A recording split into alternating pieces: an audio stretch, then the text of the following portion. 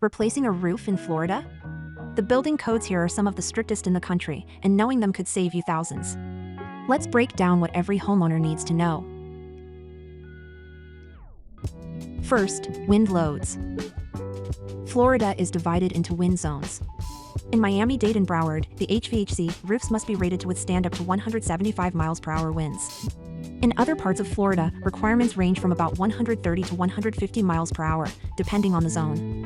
Your roofer should know your zone and show you certified materials. Ask, what's my wind zone, and are these materials rated for it?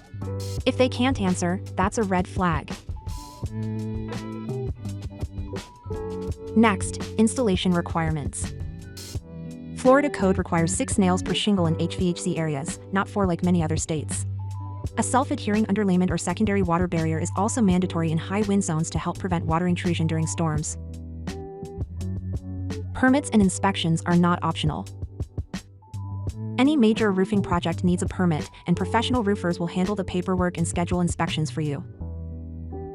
Now, the 2025 update. If 10 to 25% of your roof is damaged, the repaired area must be brought up to the current Florida building code. If your roof was installed before March 2009, this could mean a full replacement instead of patch repairs. Newer roofs already built to code can usually just have the damaged sections upgraded.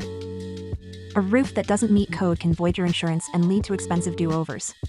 Professional roofers know these codes inside and out, and they'll make sure your home is protected the right way.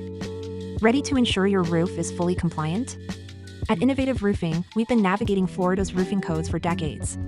Contact us today and let's protect your home together.